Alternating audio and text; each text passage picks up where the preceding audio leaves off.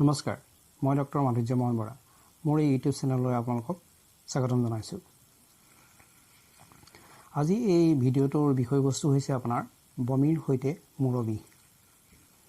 বমিৰ সৈতে মূৰৰ বিষ হ'লে আপোনাৰ কি কি লক্ষণ দেখুৱায় তাৰ বিষয়ে এই ভিডিঅ'টোৰ জৰিয়তে আপোনালোকক জনাবলৈ ওলাইছোঁ।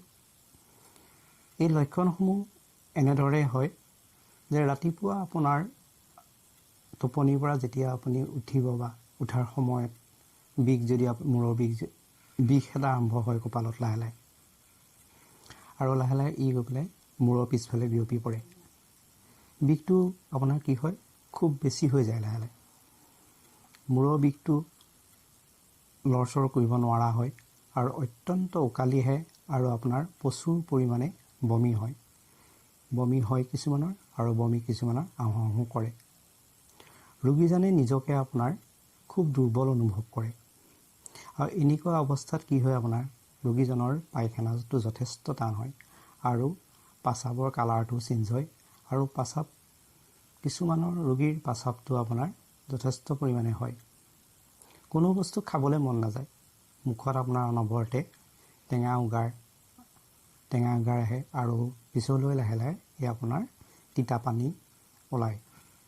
আৰু এনেকুৱা অৱস্থাত আপোনাৰ মূৰৰ বিষত যদি আপোনাৰ এখন কাপোৰে বান্ধি থ'লে বা মূৰ পিটিকিলে যথেষ্ট আৰাম পোৱা যায়। এইবোৰে লক্ষণ আছিলে আপোনাৰ এই বমিৰ সৈতে হোৱা মূৰৰ বিষৰ লক্ষণ। এই লক্ষণসমূহ যদি আপোনালোকৰ যদি দেখা দিয়ে তেনেহ'লে ইয়াত এটা মেডিচাইন ইউজ কৰিব পাৰিব। সেই মেডিচাইনটো হৈছে defloratum। এই মেডিচাইনটো পটেঞ্চি আপোনালোকে 200 ব্যৱহাৰ কৰিব আৰু ব্যৱহাৰ কৰিলেও ইয়াক দুটোপালকৈ দিনটোত 3 বাৰ খাব, এচামুচ কুহুমীয়া গৰম পানীৰ লগত। আৰু এই সকলোবোৰ লক্ষণৰ পৰাই এই মেডিচাইনটো পাই আপোনালোকৰ নিৰ্মূল হৈ যাব।